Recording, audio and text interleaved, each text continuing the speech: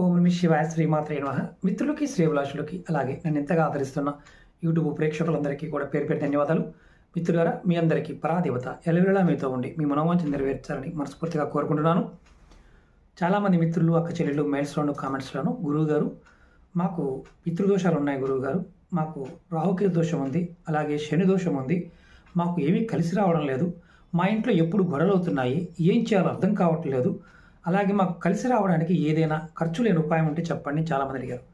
ఈరోజు మీకు 100% ఫలితాన్ని ఇచ్చే ఉపాయం చెప్తాను. మీరు ప్రతిరోజు కూడా మీ ఇంట్లో శివలింగం ఉన్నా లేదంటే శివాలయం దగ్గరలో ఉన్నా సరే మీ ఇంటి నుండి ఒక కొద్దిగా నీళ్లు తీసుకుని వెళ్ళండి. ఒక కాపర్ లోటాలో తీసుకువెళ్ళండి, అంటే రాగి చెంబులో కానీ రాగి లోటాలోకి తీసుకువెళ్ళండి. తీసుకువెళ్ళి శివుడికి అభిషేకం చేయండి. ఇంట్లో శివలింగం ఉన్నా సరే మీరు అభిషేకం చేస్తూ ఉండండి. ఈ 3 దోషాలు పటాపంచలైపోతాయి, మీకు అదృష్టం కలుగుతుంది ఖచ్చితంగా.